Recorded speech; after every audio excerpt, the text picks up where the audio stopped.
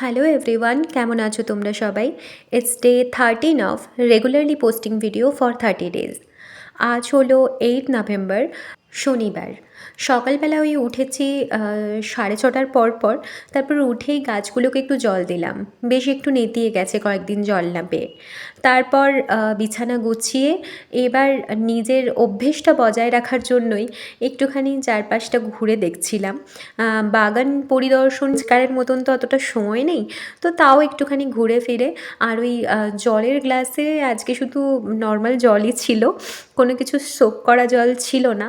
তো ওটাই কমপ্লিট করলাম ঘুরতে ঘুরতে, কারণ হাতে খুব একটা সময় নেই। ওই সকালবেলা ঘুম থেকে উঠেই আগে ভেবে নিয়েছি যে কী কী জিনিসপত্র দোকানে গেলে আমাদেরকে নিয়ে যেতে হবে, মানে অবশ্যই আমার জন্য। আমার একটু মাঝে মাঝে চা একটা রোগে ধরে, তো তার জন্য ওই ফ্লাস্কটা নিয়ে যাব ভাবছি।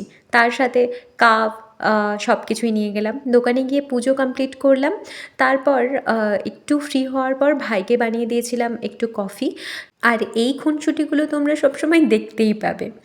এই যে ছোটো ভাই এসেছে তাই ওর সাথে আমিও একটুখানি কফি খেলাম, আর মাঝে মাঝে একটু গরম জলও খাচ্ছিলাম। গলার অবস্থা খুব খারাপ ছিল।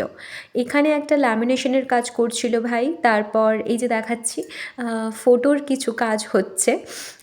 যখন ফাঁকা পাচ্ছি তখন একটু দেখছিলাম। দুপুরে দোকান বন্ধের সময় হয়েছে। এই হলো আমাদের দোকান, স্টুডিও এবং হার্ডওয়্যার দোকান। তারপর বাড়ি ফিরেছি একটুখানি সকালবেলাটা বিধ্বস্তই বলতে পারো, কারণ সকালে একটু ঠান্ডা লেগেছিল, তারপর আবার রোদ্দুরের মধ্যে ফিরেছি। আমি না পেঁপে সেদ্ধটা খুব পছন্দ করি, আজকাল ভালো লাগে।